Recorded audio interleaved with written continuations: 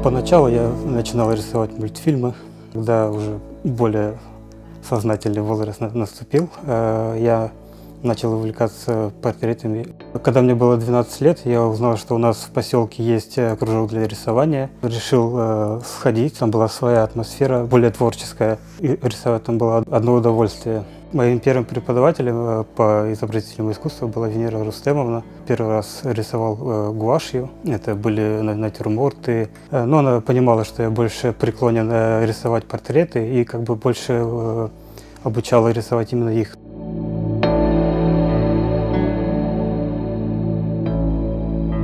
Когда я закончил школу, у меня в мыслях было поступить на архитектора.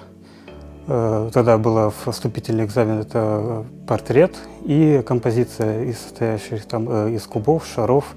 Портрет я нарисовал отлично, но композиция немного получилась не так, как надо. В итоге я поступил на инженера-строителя на факультет теплогазоснабжения и вентиляции. Проучился там 4 года. В течение этих 4 лет я как-то не связывал свою жизнь с изобразительным искусством, больше решил акцентировать свое внимание на учебе. Спустя несколько лет, это было 3 года, я успел отслужить в армии. Затем, когда первый раз объявили карантин, все было закрыто, сидеть надо было дома. Я вспомнил, что я еще умею рисовать. После долгого периода застоя я нарисовал портрет своей мамы. И после этого я каждый день старался рисовать. Сначала это были маленькие зарисовки, небольшие, но уже спустя много времени я уже начал переходить на большие форматы. Я выбираю исходник для своих работ очень тщательно, долго. В основном это может даже превышать сам процесс работы.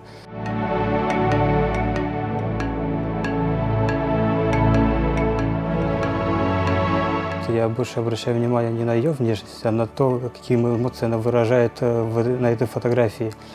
В основном это эмоции, которые близки для меня, которые я могу себя ассоциировать с этой работой.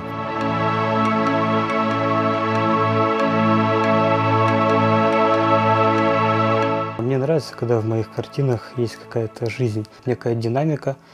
Она оживляет эту работу, чтобы зритель смог додумывать, как произошел этот кадр, что было до, что было после него. И в своей голове представить сюжет. Настроение очень влияет на мои работы. Веселье, уют, теплоту родительскую. То я изображаю детей. В основном они красочные, веселые. События, которые тоже влияют на меня, больше сопереживательные, то это могут быть портреты стариков. В основном у меня передают грусть, беспокойность.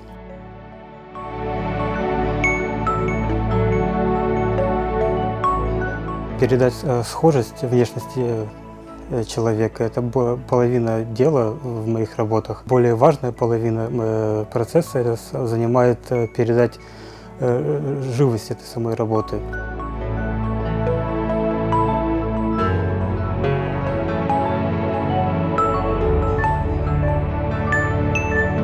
Свои работы я пишу очень долго. Это занимает не один день, это может занимать и месяца. Это очень кропотливая работа. Я больше стараюсь акцентировать свое внимание на деталях. До тех пор, пока сам не поверю в искренность изображения на этой работе. А за счет этой игры теней достигается реалистичность.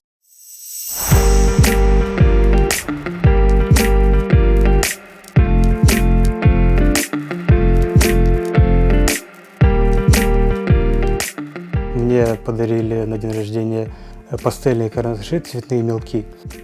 Именно с этого момента я как-то больше начал увлекаться цветом. Да, было немного поначалу тяжеловато, так как у меня глаз привык к черно-белому. С дальнейшим опытом оно стало все более качественнее. И в один момент мне как-то захотелось писать картины именно маслом. Долго сохнет, и с ним удобнее работать. Следующий слой, который я наношу на эту работу, она больше скрепляется с предыдущим слоем.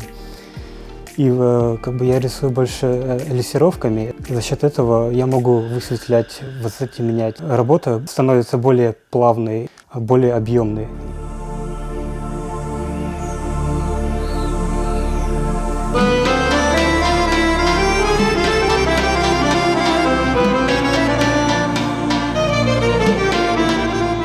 затрагиваю в своих работах тему крымско-татарской истории, а именно это депортация крымско-татарского народа. Важной задачей в своей работе было передать всю боль, всю горечь. Меня вдохновил фильм Ахтема Сетаблаева «Хайтарма». Финальные кадры фильма закрепились в моей голове, и образ матери, держащего своего ребенка во время депортации, рожденного в вагоне, произвел на меня неизгладимое впечатление. Задачей было передать ту боль, которую испытывали люди в то время. И так, чтобы сам зритель смог прочувствовать эту боль. В данный момент я работаю над портретом своей бабушки. В этой работе я стараюсь избегать темные тона именно на лице, а стараюсь использовать более светлые. Мне хочется передать именно ту чистоту, так как она молится за нас, за нашу Родину, чтобы наше поколение не увидело тех событий, которые пережили наши предки.